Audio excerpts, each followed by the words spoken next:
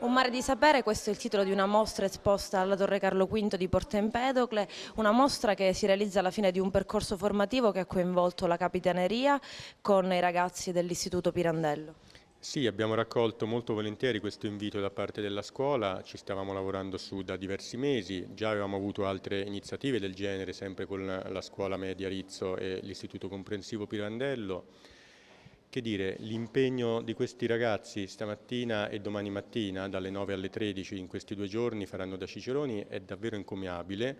E poi ancora una cosa che vorrei sottolineare, tutto questo avviene durante il 150° anniversario dell'istituzione del Corpo che ricorre quest'anno, quindi quale migliore occasione per ricordare insieme un momento storico di interesse per la Guardia Costiera, ma anche un momento storico per il porto e per il territorio di Porto Empedocle. Come nasce questa iniziativa? Questa iniziativa nasce in occasione dell'anniversario delle Capitanerie di Porto, perché quest'anno, il 20 luglio,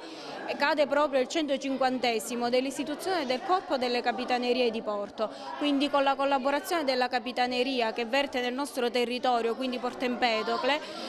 abbiamo collaborato per realizzare questo progetto didattico che ha visto coinvolte le classi prima e seconda della scuola media Pirandello e nella realizzazione di questo evento che ci vedrà protagonisti queste 2 giornate alla Torre di Carlo V. I ragazzi si sono dati molto da fare nel ricercare materiale storico, nell'esporre attraverso cartelloni, anche fumettistica, attraverso la realizzazione di una bellissima fiaba che racconta proprio l'arrivo dei naufraghi dal Marocco, quindi un po' è anche un percorso didattico che vede l'abbracciarsi della cittadinanza, della Costituzione. Del resto le capitanerie, l'attività principale, come abbiamo visto, è proprio quella della salvaguardia della vita in mare e le nostre motovedette si sono proprio spese moltissimo in questo.